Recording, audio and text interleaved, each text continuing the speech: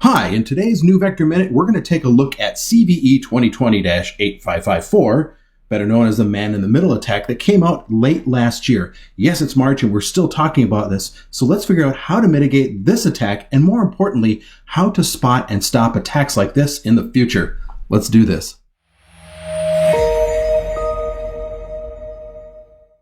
All right, so let's explain how this works. For that, we'll bring in Cartoon Janet and her regular old Kubernetes environment, which has several pods and containers running in it. We all know how the internet works, right? But as a quick refresher, we have a container that might make a request out to the internet at large.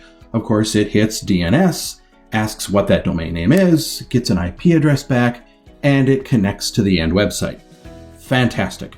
You understand this. Maybe this is a nice animation for that uncle who keeps asking you what it is you do for a living or how the internet works. There you go. But moving on, let's talk about how this particular exploit works.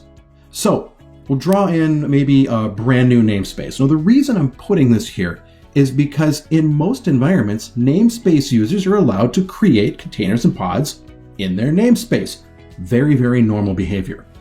In this case, and I'll even show you, so here is the YAML that actually works for this. What we're going to do is we'll create an external IPs tag inside of that YAML file and use that IP address.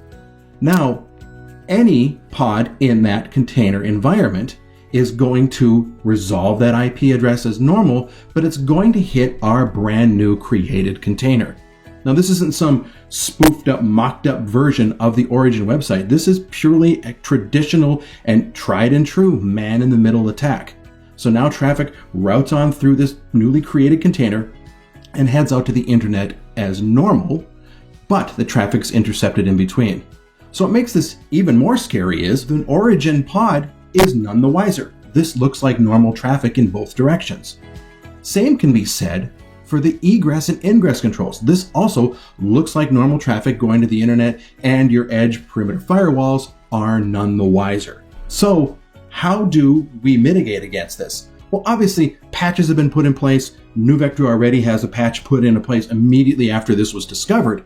But the larger lesson here is attacks like this are going to continue to happen to your container environments. So how do NeuVector users mitigate these attacks? Well, first of all, those attacks are stopped by way of NeuVector's understanding of the internals of the network inside of your Kubernetes and other container environments.